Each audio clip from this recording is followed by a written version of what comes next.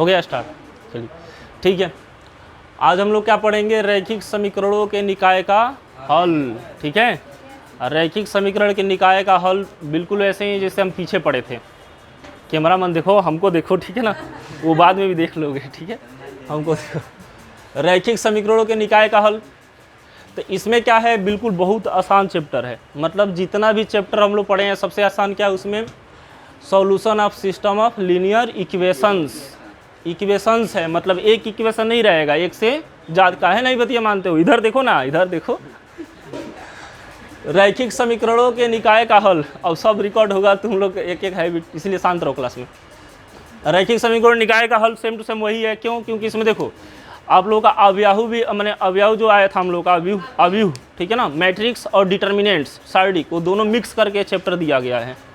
कोई बात है, दोनों मिक्स करके चैप्टर दिया गया है। और केवल यहाँ पे डिटर्मिनेंट्स का केवल एक ही जगह यूज आता है, जब हम लोग क्या निकालते हैं, ए इन्वर्स निकालते हैं। क्यों? क्योंकि ए इन्वर्स बराबर क्या होता है जी, 1/det of A into adjoint of A, नहीं जी, एडजॉइंट ऑफ ए। तो देखो यहाँ पे एडजॉइंट ऑफ ए भी मैट्रिक्स होता है, ए इन्वर्स भी क्या होता है, मैट्रिक्स होता है। बस दिक्कत कहाँ हो जाता है, यहाँ पे डेट ऑफ ए में। इसी वजह से थोड़ा बहुत किस में आ जाता है, मैट्रिक्स में नहीं, डिटर्मिनेंट्स में आ जाता है, सार्डिक में। इसीलिए दोनों चैप्टर मिला करके एक अलग चैप्टर बना दिया गया, चैप्टर नंबर 8। ठीक है, चलिए देखते हैं। आप लोग लिखिए, इसको लिख लीजिए या फिर से जो हम बोल रहे हैं वो लिखिए। सबसे इजी चैप्टर है, मतलब ऐसा कह सकते हैं विश्व का सबसे इजी चैप्टर। नहीं, सही में बहुत इजी है, कुछ नहीं है वो, एकदम बिल्कुल आसान है। आप लिखिए ना, देखिए कितना इजी लगेगा। और इसीलिए देखिए इसमें कौन एक्सरसाइज है, केवल और केवल एक एक्सरसाइज। देखे हो जाके घर पे, अभी देख लो, नहीं देखे हो तो। कितना एक्सरसाइज है जी, एक है ना एक्सरसाइज, बस एक है। उसी तरह इन्वर्स में भी एक ही है, त्रिकोणमिति इन्वर्स। चलिए हो गया।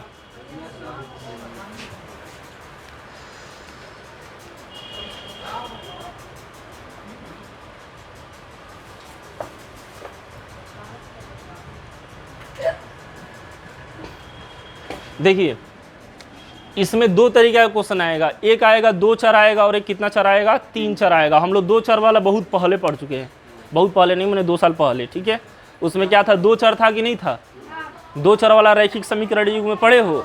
अब यहाँ पे क्या है, 2 चर भी नहीं है, मैंने 3 चर आ जाएगा।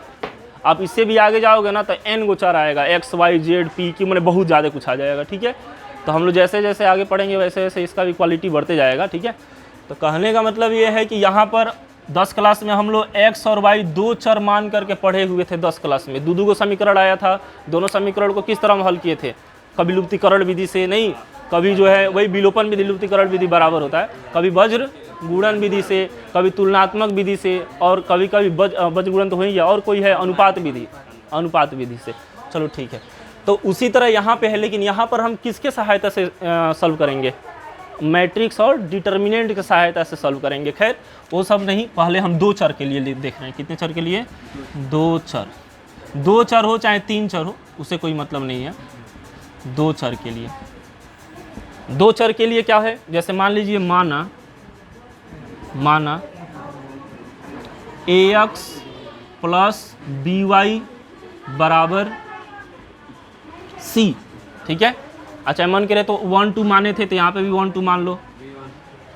a1x plus b1y plus c1 बराबर 0 माने थे, लेकिन हम बराबर c1 मान लिए। ठीक है, उसे कोई दिक्कत नहीं, उसे कोई मतलब नहीं, आप इसी तरह देगा। ठीक है, इसी तरह मान लो।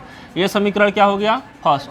तथा दूसरा समीकरण क्या मान लीजिए, a2x प्लस b2y बराबर क्या, c2।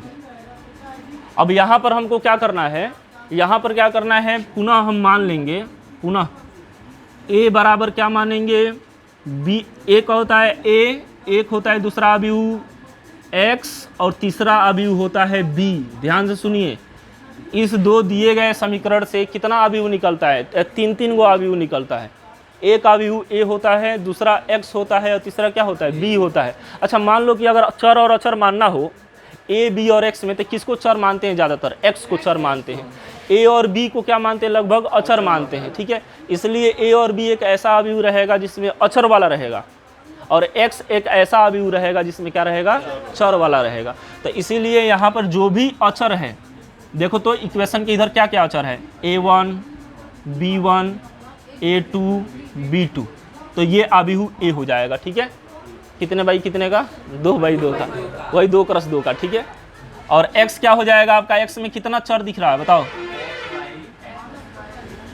यही ना 2 दिख रहा है।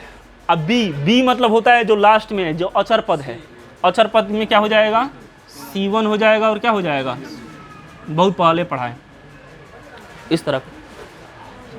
इसलिए चाहे लिख देंगे अब। अच्छा देखिए, तो a1 में और x में क्या हुआ है, गुणा हुआ है। b1 में y में क्या हुआ है, गुणा हुआ है। उसी तरह a2x में गुणा हुआ है, या b2y में क्या हुआ है, गुणा हुआ है। अच्छा a1 b1 a2 b2 को हम क्या मान लिए हैं, a मान लिए हैं, और xy को क्या मान लिए हम लोग, x मान लिए। तो जब इन दोनों में आपस में गुणा हुआ है तो इन दोनों में भी आपस में गुणा हो जाए। तो अब क्या हो जाएगा, कैसे लिखेंगे, ax लिख देंगे ax। अब बराबर क्या लिखेंगे, हाँ क्या लिखेंगे, b। लेकिन हमको किसका मान ज्ञात करना है, केवल x का, y का, x का भी और y का, सब मिला जुला के हमको किसका मान ज्ञात करना है, कैपिटल x। हाँ ठीक है, कैपिटल x का। ठीक है ना, मैंने वही स्मॉल x और स्मॉल y का मान आ जाएगा तो कैपिटल x आ जाएगा। ठीक है, तो देखिए हम क्या कर रहे हैं, हम दोनों तरफ a इनवर्स से मल्टीप्लाई कर दे रहे हैं। इधर भी हम a इनवर्स से मल्टीप्लाई कर रहे हैं, और इधर भी हम किससे, a इनवर्स से मल्टीप्लाई कर रहे हैं। तो जब a इनवर्स से मल्टीप्लाई करेंगे तो बस आ गया, a इनवर्स में a से गुणा होता है तो आइडेंटिटी आता है कि नहीं आता है। उस दिन हम बताए थे ना, यहाँ पे कोना में लिखे थे एक दिन, बहुत दिन पहले, नहीं कल ही। ये हो जाएगा आपका a इनवर्स b।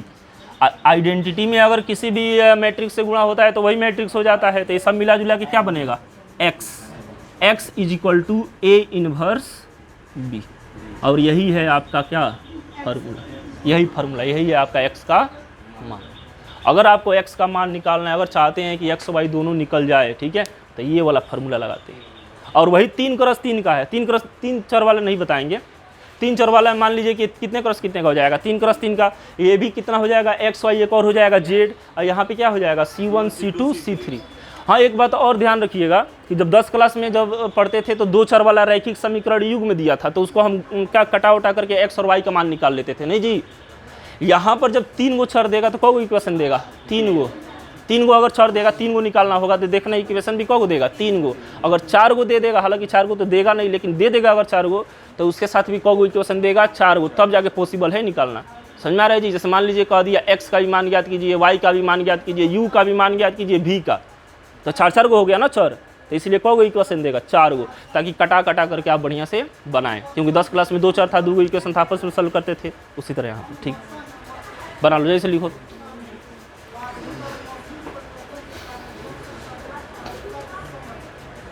लिखा गया,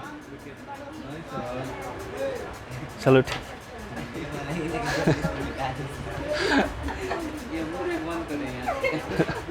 बंद करोगे, वीडियो बंद करोगे तुम? अच्छा लिख लो। वीडियो बंद करोगे, पढ़ाई बंद हो जाए। हाँ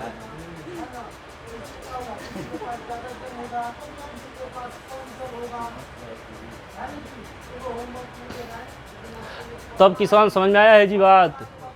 वही ए इनवर्स निकालना है और वो बी से गुणा कर देना है।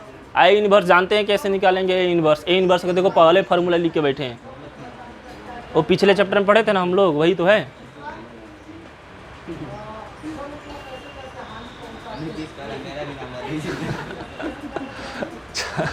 अच्छा आपका भी ना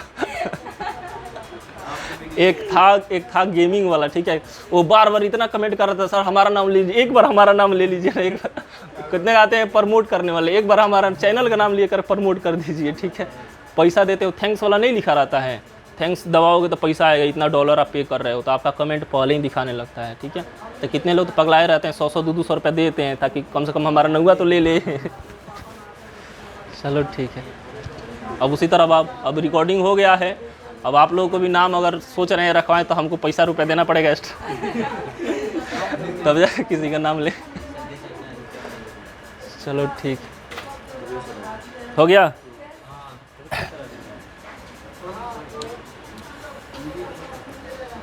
x बराबर a इनवर्स b, ठीक तो है जी। अब देखो कोई भी क्वेश्चन उठाओ। अच्छा एक बात हम बहुत अच्छा बताने वाले हैं, ठीक है, ध्यान से सुनना, बहुत बढ़िया बात बताने वाले हैं। हाँ हाँ नहीं कर सकते थे, लेकिन वो कोई रूल नहीं है, ठीक है, वो ना रूल नहीं है कोई। आप एलजेब्रा पढ़ोगे ना, सुनो अगर मान लिया आप एलजेब्रा पढ़ेंगे ना, तो हर एक चीज़ का क्या करेंगे, हर एक चीज़ का एक मतलब तर्क देना पड़ता है। जैसे मान लो हम बीएससी हम लोग करते थे ना, तो देखो आप लोग क्या लिख देते हो, आप लोग ऐसे लिख देते हो ना कि ए इनवर्स इंटू ए बराबर, चाहे इस तरह लिखिए चाहे इस तरह लिखिए, तब इसको भी प्रूफ किया जाता है कि क्यों ऐसा होता है। मान लो कि इस तरह, चलो ए इंटू बी लिखिए और क्या लिखिए बी इंटू ए, हम तो ऐसे ही बोल देते हैं कि ए से बी से गुणा कीजिए, बी में ए से गुणा कीजिए। इसको कौन सा लॉ बोलते हैं पता है? कम्यूटेटिव लॉ बोलते हैं, कम्यूटेटिव लॉ बोलते हैं ना, क्या हिंदी में क्या बोलते हैं? हाँ, क्रम विनिमय होता है ना, मैंने अदला बदली हो जाता है, नहीं जी, हाँ एक वितरण होता है, ठीक है, डिस्ट्रीब्यूटिव लॉ। तो इसको भी प्रूफ किया जाता है, हर एक चीज़ को प्रूफ किया जाता है, क्योंकि हमेशा ए में बी से गुणा करेंगे, बी में ए से गुणा करेंगे, तो कोई ज़रूरी नहीं कि हमेशा बराबर हो। जैसे मान लो मैट्रिक्स हो गया, क्या हो गया? मैट्रिक्स। ए कोई मैट्रिक्स मान लीजिए, बी कोई मैट्रिक्स मान लीजिए, ए कोई मैट्रिक्स मानिए, बी कोई मैट्रिक्स मानिए। अब ए में बी से क्या कीजिए, मल्टीप्लाई कर दीजिए, और बी में किससे मल्टीप्लाई कीजिए। क्या ये सही होगा? कोई जरूरी नहीं है कि सही होगा, हालांकि ज़्यादातर गलती ये होता है, ठीक है, बहुत कम ही केस होता है जिसमें दोनों आपस में क्या हो जाए, बराबर हो जाए। इस बात को आप जानते हो कि नहीं जानते हो?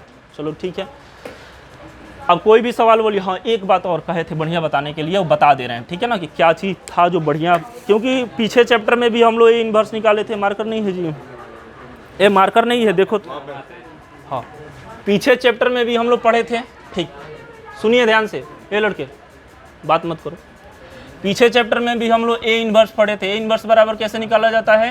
1 det of A into adjoint of A, adjoint of A, ऐसे निकाला जाता है ना जी। यहाँ पर हम एक बात बताए थे कि अगर डेट ऑफ ए का मान 0 हो जाए, अगर डेट ऑफ ए का मान 0 हो जाए तो उसका हल निकलेगा कि नहीं निकलेगा? माने क्या बोलते हैं, हल का अस्तित्व होगा कि नहीं होगा? लेकिन एक बात और उसमें आता है, अगर डेट ऑफ ए का मान 0 हो जाए तो उसका हल भी निकलता है। ऐसा नहीं है कि नहीं निकलता है, निकलता है। और ऐसा भी होता है कि बिल्कुल निकलता ही नहीं है। देखो एकदम वो ऐसा ही बात है जिस तरह 10 क्लास में पढ़े थे, बिल्कुल ध्यान से सुनना। 3 को आप पढ़े थे। एक पढ़े थे a1 बटा a2 is not equal to b1 बटा, तो इसका एक हल होता था, एक होता था a1 बटा a2 बराबर b1 बटा b2 बराबर c1 बटा c2। इसका अनगिनत हल होता था। ध्यान से सुनना, 10 क्लास बता रहे हैं, 12 क्लास में हो आप, 10 क्लास का बात चल रहा है। एक होता था a1 बटा a2 बराबर b1 बटा b2 बराबर नहीं हो c1 बटा c2 का, इसका एक भी हल नहीं होता। लेकिन क्या लगता है कि हल कौन सी स्थिति में आप हल करते थे दोनों समीकरण को? इसमें आप सॉल्व करते थे, छोड़ देते थे, इसमें भी छोड़ देते, नहीं सॉल्व करते थे। इसको तो सॉल्व करते ही नहीं थे। सबसे ज़्यादा किसको सॉल्व करते थे? इसको, जिसमें केवल कितना हल आना होता था, उसी को ना सॉल्व करते थे लुप्तीकरण विधि से। आप इसको भी सॉल्व करेंगे तो भी दिक्कत करेगा, आप इसको भी सॉल्व करेंगे तो भी दिक्कत करेगा। वही कहानी इसका है कि अगर ए का मान 0 के बराबर नहीं है, अगर ए का मान, डेट ऑफ ए का मान किसके बराबर नहीं है, 0, तब तो आप आराम से ए इनवर्स क्या कर सकते हो, निकाल सकते हो। लेकिन अगर डेट ऑफ ए का मान 0 के बराबर होने लगे तो इसका दो संभावना होता है। अगर डेट ऑफ, ध्यान से सुनना, अभी आगे आएगा, संगतता आता है, संगतता, कि कौन संगत है और कौन क्या है, असंगत है। इसका तो आराम से निकाल लोगे, लेकिन सब जगह निकालना पॉसिबल नहीं है। ये ए इनवर्स है और यहाँ पे देखो क्या निकालना है, हमको मान निकालना है। हम इसको पीछे क्यों नहीं बताए थे? इसलिए नहीं बताए थे क्योंकि हमको मान नहीं निकालना था, हमको केवल ए इनवर्स निकालना था। ए इनवर्स का अस्तित्व है कि नहीं है। अगर डेट ऑफ ए का मान 0 हो जाता था तो कहते थे ए इनवर्स का अस्तित्व नहीं है। अगर नहीं होता था तब जाके हम आगे निकालते थे। लेकिन यहाँ पर हमको ए इनवर्स नहीं चाहिए, यहाँ पे क्या चाहिए, एक्स और वाई का मान चाहिए। तो इसीलिए यहाँ पर ए इनवर्स का मान अगर 0 हो जाता है तो भी हल होता है। ऐसा मन सोचिए नहीं होता है तो भी हल होता है, लेकिन उसका एक शर्त होता है। देखो, अगर डेट ऑफ ए का मान 0 के बराबर नहीं है तब तो कोई टेंशन है ही नहीं है, कोई टेंशन नहीं। लेकिन अगर डेट ऑफ ए का मान किसके बराबर हो जाए, 0 के बराबर हो जाए, तब जा करके थोड़ा दिक्कत है। इसमें 2 भाग बन जाता है। अगर डेट ऑफ ए का मान 0 हो जाता है तो हो सकता है कि अनगिनत हल हो। ए लड़के, कितना हल? अनगिनत हल। और ऐसा भी हो सकता है क्या, एक भी हल नहीं, एक भी हल नहीं। हल मतलब क्या, एक्स का मान, ठीक है। अगर डेट ऑफ ए का मान 0 हो जाता है तो अनगिनत हल, और डेट ऑफ ए का मान अगर वो भी 0 हो जाता है तो एक भी हल नहीं, दोनों में से कोई हो सकता है। तो फिर कौन कहेंगे हम, ऊपर वाला कहेंगे नीचे वाला? तो उसका एक शर्त है, अगर डेट ऑफ ए का मान 0 हो गया और आपको बताना है, अच्छा इसको संगत बोलेंगे कि असंगत बोलेंगे? अनगिनत हल को नहीं, संगत हल निकल रहा है ना, अरे हल तो निकल रहा है ना कम से कम, ये बोलेंगे संगत। और ये क्या बोलेंगे? तो अब आपको बताना है कि अगर 0 हो गया तो संगत है कि असंगत है। तो देखो उसका फार्मूला होता है एडजॉइंट ऑफ ए से बी में गुणा किया जाता है, इसमें गुणा किया जाता है बी। अगर ये 0 आ गया तब कैसा होगा? संगत होगा। अगर एडजॉइंट ऑफ ए से बी में गुणा कर रहे हैं और वो 0 नहीं आया तब होता है असंगत। ये कब होगा? ये संगत होगा। संगत माने इसका कितना हल निकलेगा? अनगिनत। और ये क्या होगा? ये होगा संगत, इसका अनगिनत हल निकलेगा। और ये क्या होगा? असंगत। मतलब क्या? एक भी हल नहीं, माने असंगत। ठीक है, इसको भी लिख लो आप लोग, इससे जैसे लिखे वैसे लिख लो, कोई दिक्कत नहीं। अगला आएगा टाइप 2 में, इसी पर पूरा सवाल है, देख लो इसी चैप्टर में टाइप 2 कहेगा संगत है कि असंगत है। ठीक है, माने अनगिनत हल निकलेगा कि एक भी हल नहीं निकलेगा। ये सब कहानी कब कहेंगे? जब डेट ऑफ ए का मान 0 हो जाएगा तब जाकर इसका टेंशन लेना है, और नहीं है तो कोई दिक्कत नहीं, निकालते रहो जैसे निकालते।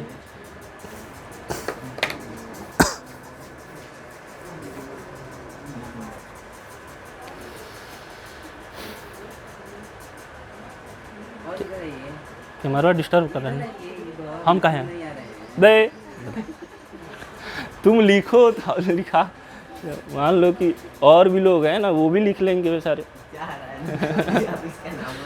अच्छा, अब तुम्हारा नाम नहीं लेंगे, ठीक है? अब फीस उस जमा करो तब जाके तुम्हारा नाम लेंगे, ठीक है? हाँ, नहीं तो कहीं फेमस हो जाओगे तो, ठीक है? कि सर जी के क्लास में एक पढ़ते हैं ये नाम के लड़के, ठीक है? अब नाम नहीं बोल रहे हैं, ठीक है? इस नाम का लड़का एक पढ़ता है, ठीक है?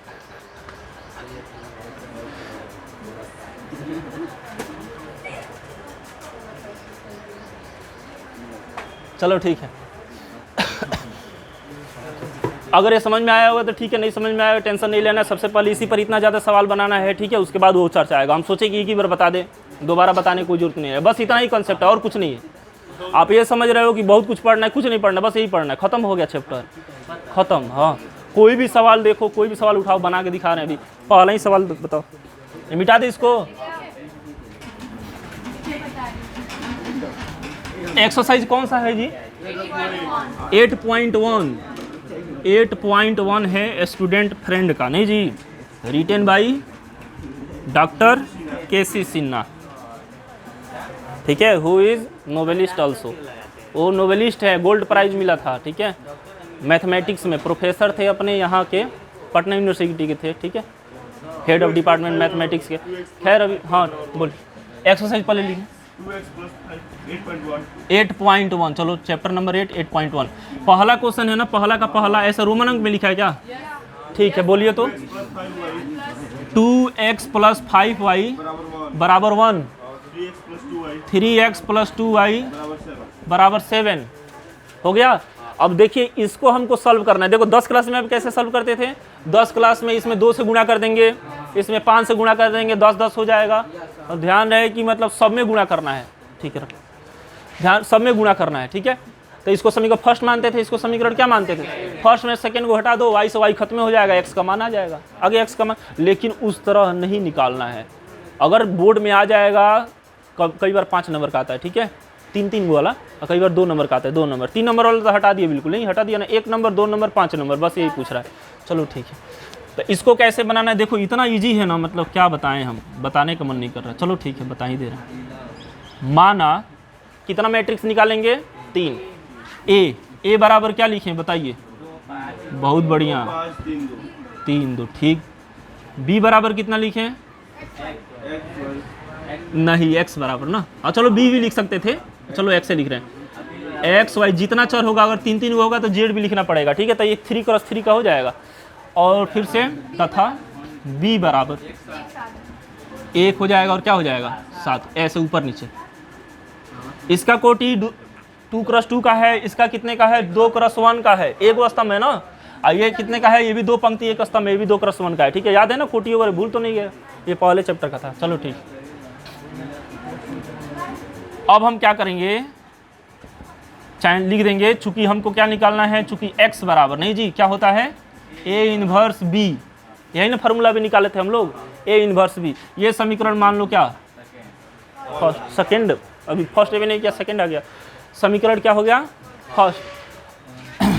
और ये तो हो ही गया है एक्स वाई ये सब क्या क्या है, ए बी एक्स क्या है, ठीक है। अब हम क्या करेंगे ना, अब हम किसका चर्चा करेंगे, ए इनवर्स का। तो ए इनवर्स बराबर क्या होता है 1 upon det of A into adjoint of A. देखो कितना जल्दी निकाल दे रहे हैं, 3 क्रॉस 3 का होगा मुसीबत हो जाएगा, बता रहे हैं, नौ वो निकालना पड़ेगा, सखंड, उसको जब सजाएंगे तब जाके सखंडज निकलेगा, मतलब एडजॉइंट निकलेगा, समझ में आ रहा है जी, को फैक्टर को सजाते हैं तो, और वो भी उसका ट्रांसपोज लेना पड़ता है, ठीक है, ये ध्यान रखना। लेकिन यहाँ पर देखिए हम कैसे निकाल रहे हैं, det of A, det of A लिखिए, कैसे लिख रहे हैं जी, अभी ऊपर लिख रहे हैं, रुको बस इसको लिख लें, 3 हो गया, इस तरह भी लिखा जा सकता है, कोई दिक्कत नहीं है। कहाँ माइनस कहाँ है, ठीक है ना, डेट ऑफ ए डेट में कर दिए हैं, जो मैट्रिक्स में था उसको डिटर्मिनेंट्स में। एडजॉइंट ऑफ ए का मान हमको लग रहा है कि सब लोग को हम बता दिए हैं कि 2 क्रॉस 2 का होता है, तो कैसे डायरेक्ट लिखते हैं, कैसे लिखेंगे, इस 2 को यहाँ भेज दीजिए, इस 2 को यहाँ भेज दीजिए, कोई परिवर्तन नहीं, इन दोनों को माइनस माइनस कर दीजिए, निकल गया एडजॉइंट। अगर वही बनाओगे उस तरह तो 4 का ठम बनेगा, तो वही है नहीं जी, ये माइनस हो जाएगा, खत्म हो गया। चलो इसका सब लोग जानते हो क्या होता है। इसके बाद हम ऊपर लिख, यहाँ पर लिख दे रहे हैं, ठीक है, ए इनवर्स, ए इनवर्स बराबर क्या हो जाएगा 1 अपन, इसमें क्रॉस मल्टीप्लाई करते हैं ही ना। अच्छा इसका डायरेक्ट मान बताओ ना क्या होगा, -11, बहुत बढ़िया, -11, 2 -5 -3 2, अच्छा माइनस हटा देना, चलो माइनस हटा देना, माइनस हटाएंगे तो 1/11 रहेगा ना, माइनस हटाएंगे तो -2, हाँ ये बहुत बढ़िया, ए इनवर्स आ गया। इसलिए किस से, समीकरण फर्स्ट से, ध्यान है 3 क्रॉस 3 कराएगा तो यहाँ तक पहुँचेंगे, उसके बाद लिखेंगे समीकरण फर्स्ट से, और इसको निकालना जानते हो ना कैसे निकलेगा, बहुत बार निकलवाए हम। समीकरण फर्स्ट से x बराबर क्या लिखा है, ए इनवर्स, ए इनवर्स का मान यही ना है 1/11 -2 5 3 -2, और b बराबर कितना, तो b बराबर इतना, वहाँ पे है एक साथ। x बराबर 1/11 तो बाहर ही रहेगा, इसको गुणा करने आता होगा। अच्छा ये 2 क्रॉस 2 का है ना, ये कितने क्रॉस कितने का, 2 क्रॉस 1 का, 2 से 2 उड़ जाएगा, ये भी 2 क्रॉस 1 का ही आएगा, ये भी 2 क्रॉस 1 का आएगा, ठीक है, 2 से 2 हम बताएं, पहला पंक्ति पहला स्तंभ, डायरेक्ट बताओ कितना, अच्छा चलो डायरेक्ट नहीं, -2 ये हो जाएगा, और 7 × 35 ये हो जाएगा, सही बात है। फिर देखो पहला पंक्ति पहला स्तंभ खत्म हो गया, और कोई ऑप्शन नहीं है, दूसरा पंक्ति पहला स्तंभ, नीचे लिखेंगे ना यहाँ पे 3 × 3 और 7 दूना 14, ठीक है। तो ये हो जाएगा x बराबर 1/11, ये कितना होने वाला है 33, ये कितने होने वाला है -11 ना। अच्छा ये x का मान है ना, अच्छा x का मान हम लोग यहाँ भर सकते हैं, देखो ध्यान से सुनना, यहाँ के बाद वहाँ लिखना है, ठीक है। x का मान क्या रखेंगे, अरे x का मान रख दो, अभी तो है, अभी का मान रख दो, और इधर क्या हो जाएगा 33/11, नहीं समझ में आया, भाग दे दो, और -11/11, दिस इम्प्लाइज डेट x हो जाएगा y हो जाएगा, 11 × 33, 11 × 11, इसलिए x बराबर 3 तथा y बराबर -1, आया कि नहीं आया, देख लो आंसर। अगर आंसर हाँ उसका कोई ठीक नहीं है, 2 नंबर मान के चलो, इतना छोटा है तो 2 ही नंबर में पूछेगा जी, नहीं तो क्या 7 नंबर वाला, 7 सॉरी हम लोगों के समय में 7 नंबर देता था, और 7 नंबर वाला हटा ही दिया, ठीक किया। मान लो 50 नंबर, 50 को बनाना है, 50 को छोड़ना है, तो कहाँ 7 नंबर देगा, 5 नंबर। हम लोगों के समय में इस तरह नहीं था, ए समय हल्ला नहीं।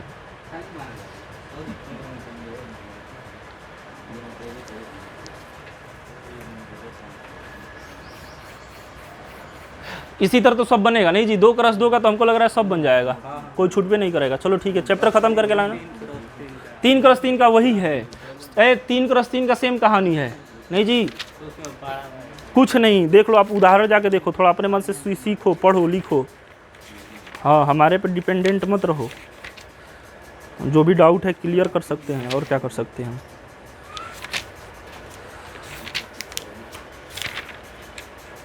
हाँ ये थोड़ा ये वाला भाषा वाला है, कविता कहानी जैसा, तो इसको हम पढ़ेंगे।